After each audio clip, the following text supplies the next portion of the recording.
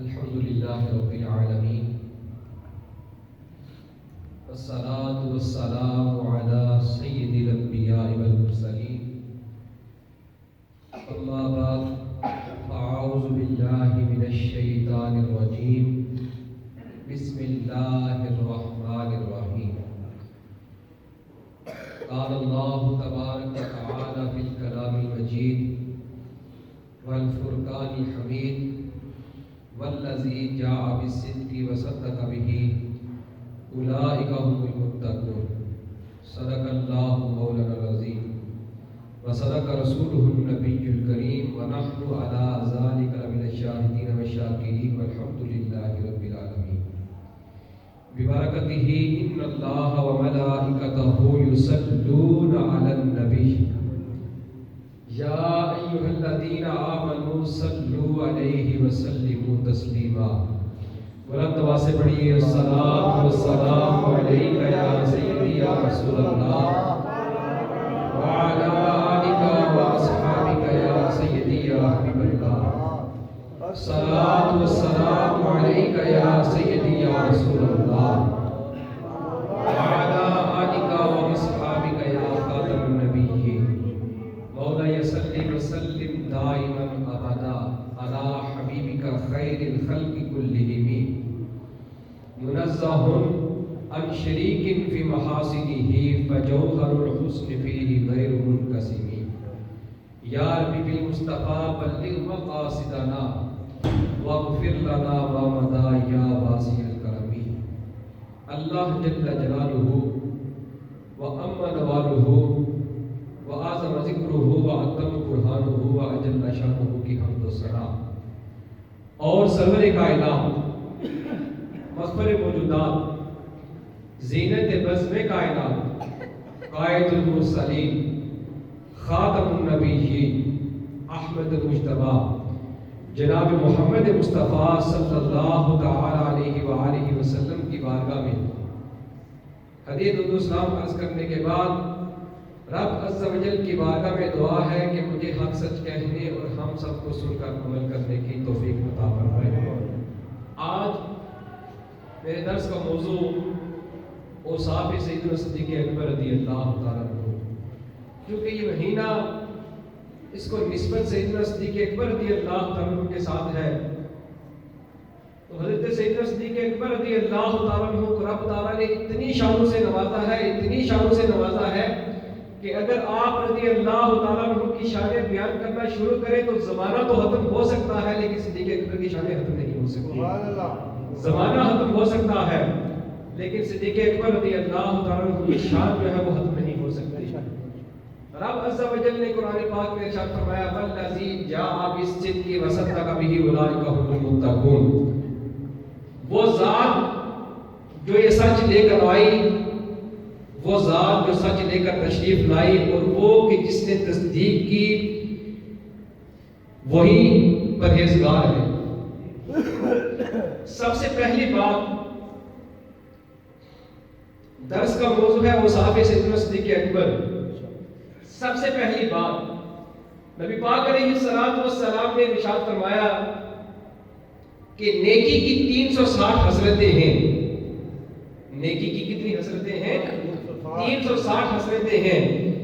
پھر نبی پاک علیہ الصلوۃ والسلام نے ارشاد فرمایا کہ رب تعالیٰ جس بندے کے ساتھ بھلائی کا ارادہ کرتا ہے، رب تعالیٰ اس بندے کی ذات میں اس نیکی کی 360 حسرتوں میں سے ایک حسرت پیدا فرما دیتا ہے، اور جب اس بندے کی ذات میں 360 حسرتوں میں سے ایک حسرت پیدا ہو جاتی ہے، رب تعالیٰ اس بندے کو اس حسرت کے صدقے رب تعالیٰ اس بندے کو جنت عطا فرما دیتا ہے۔ جب نبی پاک علیہ الصلوۃ والسلام نے یہ بات ارشاد فرمائی نا تو قریب سیدنا صدیق اکبر رضی اللہ تعالیٰ عنہ بیٹھے تھے، رو کر عرض کرنے لگے کہ یا رسول اللہ، یا حبیب اللہ، آپ نے ارشاد فرمایا کہ نیکی کی 360 حسرتیں ہیں اور ان 360 حسرتوں میں سے ایک حسرت بھی جس میں پائی جائے رب تعالیٰ اس کے بدلے اس بندے کو جنت عطا فرمائے گا۔ یا رسول اللہ مجھے بتلائیے کہ کیا ان 360 حسنتوں میں سے مجھ میں بھی کوئی پائی جاتی ہے، تو کریم آقا علیہ السلام نے ارشاد فرمایا کہ صدیق اکبر، اے میرے صدیق، تو ایسا ہے کہ رب تعالیٰ نے نیکی کی 360 حسنتیں رکھی ہیں۔ میرا صدیق ایسا ہے کہ رب تعالیٰ نے 360 کی 60 حسنتیں میرے صدیق اکبر کے اندر رکھ دی ہیں۔ میرے صدیق تو ایسا ہے کہ رب تعالیٰ نے وہ 360 کی 60 حسنتیں رب تعالیٰ نے تجھ پہ رکھ دی ہیں۔ میرے امام اعلیٰ حضرت فاضل بریلوی رحمۃ اللہ علیہ نے بڑی پیاری بات لکھی۔ آپ فرماتے ہیں کہ اولیاء کرام فرماتے ہیں کہ پوری کائنات میں، غور سے سنیے گا، اعلیٰ حضرت رحمۃ اللہ علیہ نے بڑی پیاری بات لکھی۔ فرماتے ہیں کہ اولیاء کرام اس بات کو لکھتے ہیں، فرماتے ہیں کہ پوری کائنات میں نبی پاک علیہ السلام جیسا پیر کوئی نہیں، اور پوری کائنات میں صدیق اکبر جیسا مرید کوئی نہیں۔ پوری کائنات میں نبی پاک علیہ السلام جیسا پیر کوئی نہیں، اور پوری کائنات میں سیدنا صدیق اکبر رضی اللہ عنہ جیسا مرید کوئی نہیں۔ حضرت سیدنا صدیق اکبر رضی اللہ تعالیٰ عنہ، حضرت عائشہ صدیقہ طیبہ طاہرہ رضی اللہ تعالیٰ عنہ ارشاد فرماتی ہیں کہ سیدنا صدیق اکبر رضی اللہ تعالیٰ عنہ کے اوصاف ایسے ہیں کہ آپ رضی اللہ تعالیٰ عنہ نے زمانہ جاہلیت میں بھی شراب کو اپنے پر حرام کر رکھا تھا۔ آپ نے نہ تو اسلام سے پہلے کبھی شراب پی اور نہ ہی اسلام کے بعد آپ نے کبھی شراب پی۔ سیدنا صدیق اکبر رضی اللہ تعالیٰ عنہ، اور آپ کی عاجزی اتنی ہے، اتنی عاجزی کہ ایک صحابیہ حضرت سیدتنا انیسہ رضی اللہ تعالیٰ عنہ روایت کرتی ہیں کہ صدیق اکبر رضی اللہ تعالیٰ عنہ آپ جب خلیفہ بنے اس سے 3 سال پہلے اور 1 سال بعد آپ جو ہے وہ ہمارے پڑوسی تھے۔ صدیق اکبر رضی اللہ تعالیٰ عنہ ہمارے پڑوسی تھے۔ کہتے ہیں کہ محلے کی بچیاں جو ہیں وہ اپنی بکریاں لے جایا کرتے صدیق اکبر رضی اللہ تعالیٰ عنہ کے پاس، اور جا کے کہتی کہ ہمیں بکری کا دودھ دو دے۔ تو صدیق اکبر رضی اللہ تعالیٰ عنہ کی عاجزی دیکھیے کہ آپ جو ہے وہ ان کو بکری کا دودھ دو دیا کرتے تھے۔ اور جب آپ رضی اللہ تعالیٰ عنہ خلیفہ بنے، سیدنا صدیق اکبر رضی اللہ تعالیٰ عنہ جب خلیفہ بنے، خلافت کی منصب پر فائز ہوئے، تو ایک بچی اپنی بکری لے کر گئی صدیق اکبر رضی اللہ عنہ کے پاس، جا کے عرض کرنے لگی کہ اب تو آپ خلیفہ بن گئے ہیں، اب تو آپ ہماری بکری کا دودھ نہیں دوئیں گے۔ تو آپ رضی اللہ عنہ نیچے آئے، آ کر بکری کا دودھ دویا، اور میں بچی خدا کی قسم میں خلیفہ تو بن گیا ہوں، لیکن میرا تمہارے ساتھ معاملہ وہی رہے گا جو خلیفہ بننے سے پہلے تھا۔ میرا تمہارے ساتھ وہی معاملہ رہے گا جو خلیفہ بننے سے پہلے تھا۔ اتنی عاجزی سیدنا صدیق اکبر رضی اللہ تعالیٰ عنہ میں۔ حضرت سیدنا عمر فاروق رضی اللہ تعالیٰ عنہ، آپ رضی اللہ تعالیٰ عنہ کا معمول یہ تھا کہ آپ رات کے وقت نا مدینہ پاک میں ایک نابینا مائی رہتی تھی، آپ رضی اللہ تعالیٰ عنہ جایا کرتے تو اس نابینا مائی کا نام اس کے گھر کا سارا کام کر کے آ جایا کرتے تھے، اس کے گھر میں پانی بھر کے لا دیا کرتے تھے، اس کے گھر کی صفائی کر دیا کرتے تھے۔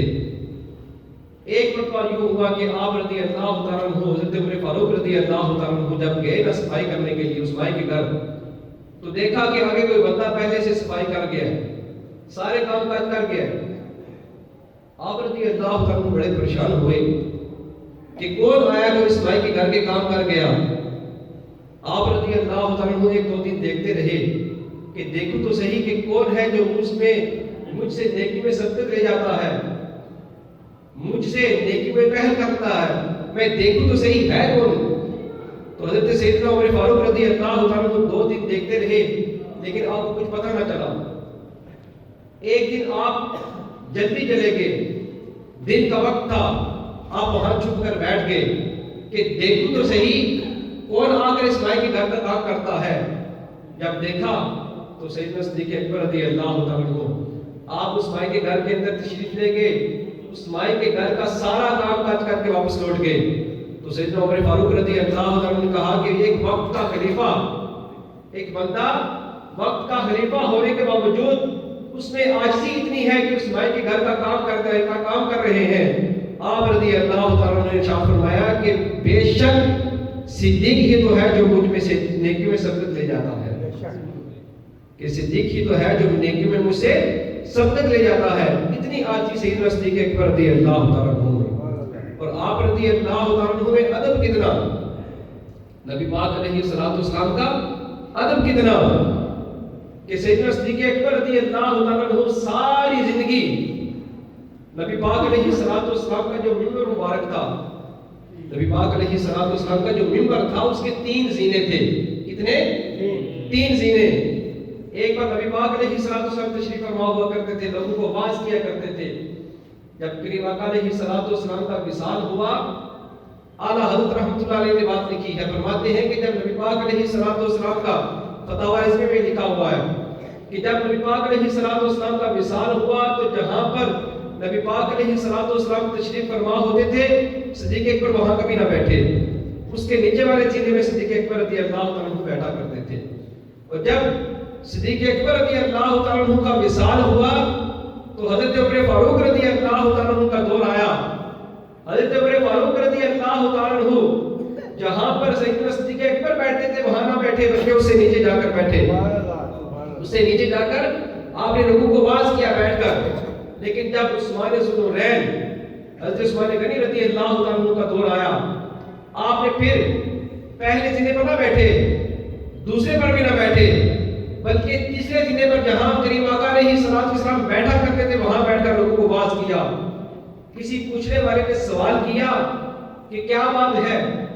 صدیق اکبر تو وہاں بیٹھے جہاں سرکار نہ بیٹھے، عمر فاروق وہاں بیٹھے جہاں صدیق اکبر نہ بیٹھے، آپ وہاں بیٹھے ہیں جہاں نبی پاک علیہ الصلوۃ والسلام بیٹھے ہیں. قربان جاؤ حضرت عثمان غنی رضی اللہ تعالیٰ عنہ نے بڑا پیارا جواب دیا. فرماتے ہیں کہ اگر میں صدیق اکبر کی جگہ بیٹھتا تو لوگ کہتے کہ اس کے برابر ہو گیا ہے. اگر میں عمر فاروق کی جگہ بیٹھتا تو لوگ کہتے کہ اس کے برابر ہو گیا ہے. میں جا کر اس جگہ بیٹھا ہوں جہاں لوگوں کا تصور ہی نہیں آتا کہ لوگ اس کے برابر ہو سکتے ہیں. میں جا کر وہاں بیٹھا ہوں، نبی پاک علیہ الصلوۃ والسلام کی جگہ پر تشریف فرما وہاں پہ جا کر بیٹھا ہوں کہ لوگوں کا خیال بھی نہیں آتا کہ معاذ اللہ عثمان جو ہے سرکار کے برابر ہو سکتا ہے. تو حضرت سیدنا صدیق اکبر رضی اللہ تعالیٰ عنہ کا اتنا ادب نبی پاک علیہ الصلوۃ والسلام کا. پھر رب عز و جل نے قرآن پاک میں ارشاد فرمایا لقد سمع اللہ قول الذین قالوا ان اللہ فقیر ونحن اغنیاء. رب عز و جل نے قرآن پاک میں ارشاد فرمایا کہ تحقیق اللہ عز و جل نے سن لیا ہے کہ جن لوگوں نے یہ کہا کہ اللہ جو ہے وہ فقیر ہے اور ہم غنی ہیں. اس آیت کی تفسیر میں مفسرین کرام نے ایک واقعہ نقل کیا. فرماتے ہیں کہ ایک مرتبہ سیدنا صدیق اکبر رضی اللہ تعالیٰ عنہ کا گزر ہوا، آپ جا رہے ہیں. صدیق اکبر رضی اللہ تعالیٰ عنہ آپ جا رہے ہیں تو ایک یہودی کا بہت بڑا عالم، فنحاس اس کا نام ہے، وہ یہودیوں کے مجمع میں بیٹھ کر ان کو تبلیغ کر رہا ہے، اپنے دین کے بارے میں ان کو بتلا رہا ہے. سیدنا صدیق اکبر رضی اللہ تعالیٰ عنہ رک گئے. اس یہودی عالم کو مخاطب کر کے کہا کہ اے فنحاس، تو لوگوں کو سچ بات کیوں نہیں بتاتا؟ حالانکہ تمہاری تورات میں یہ لکھا ہے کہ نبی آخر الزمان جو آئیں گے وہ لوگوں کو اللہ کی طرف بلائیں گے. تم لوگوں کو اللہ کی طرف کیوں نہیں بلاتے؟ لوگوں کو رب کے دین کی طرف دعوت کیوں نہیں دیتے؟ لوگوں کو تم یہ کیوں نہیں کہتے کہ اللہ ایک ہے اور نبی پاک علیہ الصلوۃ والسلام اللہ عز و جل کے آخری نبی ہیں؟ جب فنحاس نے اس یہودی عالم نے یہ بات سنی نا، اس نے لوگوں سے کہا معاذ اللہ رب کی توہین کرنا شروع کر دی. کہا کہ میں اس رب کی دعوت دوں جو رب یہ کہتا ہے کہ مجھے کر سے حسنہ دو میں تمہیں 2 گنا کر کے دوں گا. معاذ اللہ اس نے زکوٰۃ کا صدقات کا مذاق اڑایا. اس نے کہا کہ رب عز و جل تو یہ کہتا ہے، رب تو یہ کہتا ہے کہ تم مجھے اپنا مال دو. یعنی مطلب یہ اس کے کہنے کا مطلب یہ تھا کہ رب تعالیٰ وہ معاذ اللہ وہ فقیر ہے، ہم غنی ہیں. رب تعالیٰ ہم سے پیسے مانگ رہا ہے، رب تعالیٰ ہم سے پیسے مانگ رہا ہے. جب سیدنا صدیق اکبر رضی اللہ تعالیٰ عنہ نے دیکھا نا کہ اس نے رب کی گستاخی کی ہے تو صدیق اکبر رضی اللہ تعالیٰ عنہ نے ایک زور سے تھپڑ اس کے منہ پر دے مارا. جب تھپڑ مارا نا وہ منہ کے بل زمین پر گر گیا. اور فنحاس جو ہے وہ یہ سارا معاملہ لے کر نبی پاک علیہ السلام کی بارگاہ میں آ گیا. یا رسول اللہ آپ کے یار نے مجھے تھپڑ مارا ہے, صدیق اکبر نے مجھے تھپڑ مارا ہے. نبی پاک علیہ السلام نے صدیق کو بلا دیا. صدیق اکبر آگے. نبی پاک علیہ السلام نے پوچھا کیا صدیق تو نے اسے تھپڑ مارا ہے؟ عرض کی ہاں یا رسول اللہ میں نے اس کو تھپڑ مارا ہے. نبی پاک علیہ السلام نے وجہ پوچھی, بتا صدیق تو نے اسے تھپڑ کیوں مارا؟ تو سیدنا صدیق اکبر رضی اللہ تعالیٰ عنہ نے عرض کی کہ یا رسول اللہ اس بندے نے رب کی بارگاہ میں توہین کی ہے, رب کی بارگاہ میں توہین امیز الفاظ اس نے کہے ہیں. اس نے معاذ اللہ یہ کہا ہے کہ رب تعالیٰ فقیر ہے اور میں غنی ہوں. جب نبی پاک علیہ السلام نے اس یہودی عالم سے پوچھا کیا تم نے یہ کہا ہے, اس نے صاف انکار کر دیا, میں نے تو یہ بات نہیں کہی. اس کے ساتھ جو لوگ آئے تھے انہوں نے بھی کہا کہ اس نے یہ بات نہیں کہی. اب وہاں کوئی مسلمان جو ہے وہ گواہ نہ تھا جو صدیق اکبر رضی اللہ عنہ کی آپ کے حق میں کوئی گواہی دیتا. سیدنا صدیق اکبر رضی اللہ عنہ کی جب ان کے حق میں کوئی گواہی دینے والا موجود نہ تھا, رب تعالیٰ نے قرآن پاک کی آیت نازل کی. رب تعالیٰ نے ارشاد فرمایا لقد سمع اللہ قول الذین قالوا ان اللہ فقیر ونحن اغنیاء, کہ بے شک اگر کسی نے سنا ہے یا نہیں سنا, لیکن رب نے تو یہ سن لیا ہے کہ ان حدیثوں نے یہ بات کہی ہے کہ رب تعالیٰ جو ہے وہ فقیر ہے اور میں غنی ہوں. مطلب کہنے کا یہ کہ جب صدیق اکبر رضی اللہ عنہ کی حق میں گواہی دینے والا کوئی نہ تھا, اس وقت رب تعالیٰ نے صدیق اکبر کی شان میں جو ہے وہ گواہی دی. فرمایا کہ اگر کسی نے سنا یا نہیں سنا, رب نے تو سنا ہے کہ ان لوگوں نے یہ حماست کی ہے کہ صدیق اکبر وہ ذات ہے کہ جن کے حق میں رب تعالیٰ بھی گواہی دیتا ہے. بیان ہو کس زبان سے مرتبہ صدیق اکبر کا, بیان ہو کس زبان سے مرتبہ صدیق اکبر کا, کہ محبوب خدا محبوب ہے صدیق اکبر کا, کہ محبوب خدا محبوب ہے صدیق اکبر کا. وہ سیدنا صدیق اکبر رضی اللہ تعالیٰ عنہ. ایک مرتبہ نبی پاک علیہ السلام فجر کی نماز کے بعد بیٹھے, صحابہ کرام کا مجمع لگا ہوا ہے. نبی پاک علیہ السلام نے ایک سوال کیا. فرمایا میرے صحابہ یہ تو بتاؤ آج کسی نے روزہ رکھا ہے؟ تو حضرت عمر فاروق رضی اللہ تعالیٰ عنہ بولے کہ یا رسول اللہ رات کو میرا ارادہ تو تھا لیکن صبح میں کسی وجہ سے روزہ نہیں رکھ سکا. نبی پاک علیہ السلام نے پھر سوال کیا کہ اے میرے صحابہ بتاؤ آج کسی نے روزہ رکھا ہے؟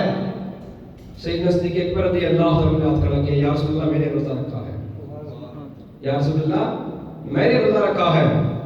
پھر نبی پاک علیہ السلام نے دوسرا سوال کیا کہ اے میرے صحابہ یہ تو بتاؤ آج کسی نے کسی بیمار کی تیمارداری کی ہے؟ سیدنا عمر فاروق رضی اللہ عنہ بول پڑے یا رسول اللہ ابھی تو فجر پڑی ہے, نماز پڑھ کے جائیں گے تو کسی بیمار کی تیمارداری کریں گے نا. تو نبی پاک علیہ السلام نے ارشاد فرمایا عمر تو ٹھہر جا, تو ذرا صبر تو کر. نبی پاک علیہ السلام نے پھر سوال کیا بتاؤ کہ آج کسی بندے نے کسی بیمار کی تیمارداری کی؟ سیدنا صدیق اکبر رضی اللہ عنہ نے ہاتھ کھڑا کیا, عرض کی یا رسول اللہ میں نے بیمار کی تیمارداری کی ہے. پھر نبی پاک علیہ السلام نے پھر سوال کیا کہ اے میرے صحابہ مجھے بتاؤ کہ آج کسی مسکین کو کسی نے کھانا کھلایا ہے؟ تو حضرت عمر فاروق رضی اللہ عنہ پھر بول پڑے کہ یا رسول اللہ ابھی تو فجر کی نماز پڑھی ہے, نماز پڑھ کے جائیں گے تو فقیر کو کھانا کھلائیں گے نا. تو نبی پاک علیہ السلام نے مسکرا کر کہا عمر تو ٹھہر تو صحیح نا, گویا کہ یہ صدیق اکبر رضی اللہ عنہ کی شان میں جلسہ ہو رہا ہے. صدیق اکبر رضی اللہ عنہ کی شان میں جلسہ ہو رہا ہے. نبی پاک علیہ السلام نے پہلا سوال کیا کہ آج روزہ کس نے رکھا؟ صدیق اکبر رضی اللہ عنہ نے ہاتھ کھڑا کیا یا رسول اللہ میں نے روزہ رکھا. دوسرا سوال پوچھا کہ آج کس نے بیمار کی تیمارداری کی؟ ہاتھ کھڑا کیا یا رسول اللہ میں نے کی. اب تیسرا سوال نبی پاک علیہ السلام نے پوچھا کہ کون ہے جس نے آج مسکین کو کھانا کھلایا ہے؟ اب حضرت عمر فاروق رضی اللہ عنہ راوی ہیں حدیث پاک کے, کہتے ہیں کہ سارے جو ہے وہ ایک دوسرے کو دیکھ رہے ہیں, تو میں چھپکے چھپکے صدیق اکبر کو دیکھ رہا تھا. گویا کہ دل میں یہ کہہ رہا تھا کہ حضور جواب دیجئے نا. تو صدیق اکبر رضی اللہ عنہ نے ہاتھ کھڑا کیا یا رسول اللہ میں نے مسکین کو کھانا کھلایا ہے. میں نے مسکین کو کھانا کھلایا ہے۔ عرض کرتے ہیں کہ یا رسول اللہ جب میں فجر کی نماز پڑھنے کے لیے اٹھا نا تو میرا بیٹا بھی ساتھ اٹھ گیا۔ اس بیٹے نے اپنی ماں سے کہا کہ مجھے بھوک لگی ہے۔ اس کی ماں نے 2 روٹیاں بنائی، ایک روٹی میرے بچے نے کھائی، دوسری جب کھانے لگا تھا تو دروازے پر ایک فقیر آ گیا۔ اس فقیر نے آ کر کہا کہ رات کا بھوکا ہوں، صبح کسی کے دروازے کھلنے کا انتظار کر رہا تھا کہ کچھ مانگ کر کھاؤ۔ صدیق ابھی تک کسی کا دروازہ نہیں کھلا، سب سے پہلے تیرا دروازہ کھلا ہے۔ صدیق اکبر رضی اللہ عنہ کہتے ہیں یا رسول اللہ میں نے وہ روٹی اٹھا کر اس مسکین کو کھلا دی۔ جب صدیق اکبر رضی اللہ عنہ نے 3 سوالوں کے جواب دیے تو نبی پاک علیہ الصلوۃ والسلام نے آسمان کی طرف ہاتھ اٹھائے، ہاتھ اٹھا کے رب کی بارگاہ میں دعا کی، مولا میرے صدیق پر رحم فرما، مولا میرے صدیق پر رحم فرما، مولا میرے صدیق پر رحم فرما۔ وہ سیدنا صدیق اکبر رضی اللہ تعالیٰ عنہ کہ جن کو رب تعالیٰ نے اتنی شانوں سے نوازا، اتنی شانوں سے نوازا، اور ہجرت کی رات جب سیدنا صدیق اکبر رضی اللہ تعالیٰ عنہ نے نبی پاک علیہ السلام کو اپنے کندھوں پر اٹھا کر غار ثور تک لے گئے، جب غار ثور تک پہنچے تو عرض کرتے ہیں کہ یا رسول اللہ آپ یہاں پر ٹھہریے، میں پہلے جا کر غار کی صفائی کر لوں۔ صدیق اکبر رضی اللہ تعالیٰ عنہ غار کی صفائی کرنے کے لیے گئے۔ یہاں پر خواجہ قمر الدین سیاسی رحمۃ اللہ علیہ نے بڑی پیاری بات لکھی۔ آپ فرماتے ہیں کہ نبی پاک علیہ السلام نے صدیق اکبر رضی اللہ عنہ کو غار کی صفائی کرنے کے لیے پہلے بھیجا۔ اس کی وجہ یہ تھی کہ جس کے دل میں صدیق اکبر کا عشق ہوگا اسی دل میں نبی پاک علیہ السلام کی محبت داخل ہوگی، جس کے دل میں صدیق کا عشق نہیں ہوگا اس دل میں نبی پاک علیہ السلام کی محبت کبھی جا ہی نہیں سکتی۔ اب صدیق اکبر رضی اللہ عنہ اندر گئے، غار کی صفائی کی، جب صفائی کر چکے تو عرض کرتے ہیں کہ یا رسول اللہ تشریف لے آئیے۔ نبی پاک علیہ السلام جب تشریف لے کر گئے غار میں تو نبی پاک علیہ السلام نے صدیق اکبر رضی اللہ عنہ سے کہا کہ صدیق میں سونا چاہتا ہوں۔ نبی پاک علیہ السلام نے فرمایا کہ صدیق میں سونا چاہتا ہوں۔ صدیق اکبر رضی اللہ عنہ عرض کرتے ہیں یا رسول اللہ میری جوڑی حاضر ہے۔ تو نبی پاک علیہ السلام نے فرمایا میں اس لیے تو سونا چاہتا ہوں۔ اب نبی پاک علیہ السلام نے سیدنا صدیق اکبر رضی اللہ عنہ کی جوڑی میں سر رکھا، سو گئے۔ اب جب کریم آقا علیہ السلام سو گئے تو صدیق اکبر رضی اللہ عنہ نے دیکھا کہ سارے سراغ انہوں نے بند کر دیے، ایک سراغ کھلا ہے۔ اب اس سراغ پر آپ نے کیا کیا، اپنی ایڑی رکھ دی۔ ایڑی رکھی، جو ہی ایڑی رکھنی تھی تو بیچ میں سے سانپ نے آپ کو ڈنگ مارا، سانپ نے آپ کو ڈنگ مارا۔ گویا کہ صدیق اکبر رضی اللہ عنہ نے کہا کہ اگر تو عاشق ہے تو میں بھی عاشق ہوں، اگر تو عاشق ہے تو میں بھی عاشق ہوں۔ وہ مسلسل ڈنگ مارتا رہا، آپ رضی اللہ عنہ کی جگہ سے ہلے نہ۔ جب زہر اوپر چڑھا نا آپ کے آنکھوں سے آنسو نکل آئے، جو ہی آنسو نکلے، آنسو نبی پاک علیہ السلام کے چہرے پر پڑے، نبی پاک علیہ السلام بیدار ہوئے۔ پوچھا ابو بکر تجھے کس چیز نے رلایا ہے؟ عرض کی کہ یا رسول اللہ سانپ نے مجھے ڈس لیا ہے، یا رسول اللہ سانپ نے مجھے ڈس لیا ہے۔ نبی پاک علیہ السلام نے دعا پہ دہن لگایا تو سیدنا صدیق اکبر رضی اللہ عنہ کا زہر دور ہو گیا۔ اب صدیق اکبر رضی اللہ عنہ نے عرض کی کہ یا رسول اللہ مجھے بہت پیاس لگی ہے، پانی پینا چاہتا ہوں۔ تو نبی پاک علیہ السلام نے ارشاد فرمایا صدیق جاؤ غار کے سینے میں، غار کے درمیان میں چلے جاؤ، جا کر پانی پی کر آ جاؤ۔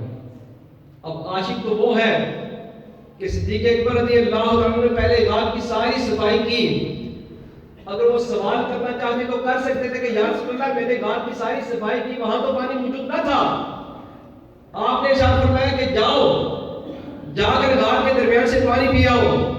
صدیق اکبر رضی اللہ عنہ نے سوال نہ کیا، آپ چل پڑے، غار کے درمیان میں پہنچے، دیکھا کہ وہاں پانی کا ایک چشمہ جو ہے وہ جاری ہے، پانی کا ایک چشمہ جاری ہے۔ آپ رضی اللہ عنہ نے پانی پیا، جب پانی پی کر واپس لوٹے نبی پاک علیہ السلام کی بارگاہ میں آئے تو نبی پاک علیہ السلام نے پوچھا بتاؤ صدیق پانی پی آیا ہو؟ عرض کی یا رسول اللہ پانی پی آیا ہوں۔ فرمایا بتاؤ تو صحیح وہ پانی کیسا تھا؟ سیدنا صدیق اکبر رضی اللہ عنہ عرض کرتے ہیں کہ یا رسول اللہ، یا حبیب اللہ، میں سارے ملکوں میں گھوما ہوں، کیونکہ آپ تاجر تھے. یا رسول اللہ، میں سارے ملکوں میں گھوما ہوں، ایسا پانی میں نے کبھی کہیں نہیں پیا. نبی پاک علیہ الصلوۃ والسلام نے پوچھا بتا تو صحیح وہ پانی ہے کیسا تھا؟ عرض کرتے ہیں کہ یا رسول اللہ، وہ پانی شہد سے میٹھا، دودھ سے ذرا سفید، مشک و عمر سے ذرا خوشبودار تھا. پھر نبی پاک علیہ الصلوۃ والسلام نے پوچھا کہ اے صدیق، کیا تو جانتا ہے کہ وہ پانی کہاں سے آیا تھا؟ صدیق، تو جانتا ہے کہ پانی کہاں سے آیا تھا؟ سیدنا صدیق اکبر رضی اللہ عنہ عرض کرتے ہیں کہ اللہ اور اللہ کا رسول بہتر جانتے ہیں، اللہ اور اللہ کا رسول بہتر جانتے ہیں. پھر نبی پاک علیہ الصلوۃ والسلام نے ارشاد فرمایا، صدیق اکبر سن، جب تو میرے کہنے پر چل پڑا، رب تعالیٰ نے آسمان میں فرشتوں کو حکم دیا، جنت میں رب تعالیٰ نے فرشتوں کو حکم دیا کہ یار کے کہنے پر چل پڑا ہے، یار کے غار کے سینے میں پہنچنے سے پہلے جنت سے، آسمان سے، جنت میں ایک نہر کا رخ جو ہے وہ اس غار کی طرف کر دو، اس غار کی طرف کر دو. اب رب تعالیٰ کے اس حکم کے تحت، رب تعالیٰ نے فرشتوں کے اس حکم پر اس غار میں جنت کے ایک نہر کا رخ جو ہے وہ اس غار کی طرف کر دیا. تو صدیق اکبر رضی اللہ عنہ رو پڑے، عرض کرتے ہیں کہ یا رسول اللہ، یا حبیب اللہ، ابو قحافہ کے بیٹے کی اتنی مجال کہ اس کے لیے جنت سے پانی آئے. رو پڑے کہ یا رسول اللہ، ابو قحافہ کے بیٹے کی یہ مجال کہ اس کے لیے رب تعالیٰ جنت سے پانی بھیجے. تو نبی پاک علیہ الصلوۃ والسلام نے صدیق اکبر رضی اللہ عنہ کو سینے سے لگایا، آپ کا ماتھا چوما، پھر ارشاد فرمایا کہ اے صدیق، تیرے لیے تو یہ معمولی سی بات ہے، اے صدیق، تیرے لیے یہ تو معمولی سی بات ہے. مجھے اس ذات کی قسم جس کے قبضہ قدرت میں میری جان ہے، اگر کوئی بندہ 70 نبیوں جیسے، یہ بات غور سے سنیے گا، نبی پاک علیہ الصلوۃ والسلام نے ارشاد فرمایا اگر کوئی بندہ 70 نبیوں جتنے عمل کر لے لیکن اس کے دل میں صدیق اکبر کا بغض ہو، رب تعالیٰ نے ایسے بندے پر جنت کو حرام کر دیا ہے. اگر کوئی بندہ 70 نبیوں جتنے عمل کرے، کتنے؟ 70 نبیوں جتنے عمل کر لے لیکن اس کے دل میں صدیق اکبر کا بغض ہے تو رب تعالیٰ نے اس بندے پر جنت کو حرام کر دیا ہے. رب تعالیٰ نے اس بندے پر جنت کو حرام کر دیا ہے. اب غار صوت کا معاملہ ختم ہوا، ہجرت کر کے جب واپس لوٹے تو مفسرین کہتے ہیں کہ صدیق اکبر رضی اللہ عنہ پر نبی پاک علیہ السلام کا اتنا رنگ چڑھا کہ جب واپس لوٹے تو لوگ پہچان ہی نہیں رہے تھے کہ آقا کون ہے اور غلام کون ہے، آقا کون ہے اور غلام کون ہے. جنہوں نے نبی پاک علیہ السلام کو دیکھا نہ تھا وہ آتے تو صدیق اکبر سے مصافحہ کر کے بیٹھ جاتے. جنہوں نے نبی پاک علیہ السلام کو دیکھا تھا وہ نبی پاک علیہ السلام سے مصافحہ کرتے. اب جب صدیق اکبر رضی اللہ عنہ نے دیکھا نا کہ یہ معاملہ جو ہے وہ ٹھیک نہیں ہے تو صدیق اکبر رضی اللہ عنہ نے ایسے کیا کہ آپ اوپر اٹھے، اپنی چادر سے نبی پاک علیہ السلام پر سایہ کر دیا. جب سایہ کیا نا کہ لوگوں کو پتہ چل جائے کہ آقا کون ہے اور غلام کون ہے، آقا کون ہے اور غلام کون ہے. مفسرین نے یہاں بڑی پیاری بات لکھی، کہتے ہیں کہ تھوڑی دیر کے لیے صدیق اکبر رضی اللہ عنہ نے نبی پاک علیہ السلام کے سر پر چادر کا سایہ کیا. نبی پاک علیہ السلام نے صدیق اکبر پر اتنا کرم کیا کہ قیامت تک کے لیے ان پر گنبد کا سایہ کر دیا. قیامت تک کے لیے صدیق اکبر رضی اللہ عنہ پر اپنے گنبد کا سایہ کر دیا. رب تعالیٰ سیدنا صدیق اکبر رضی اللہ عنہ کے درجات میں اضافہ فرمائے اور ہمیں ان کے اوصاف پڑھ کر، ان کی تعلیمات پڑھ کر ان پر عمل کرنے کی توفیق عطا فرمائے. سنت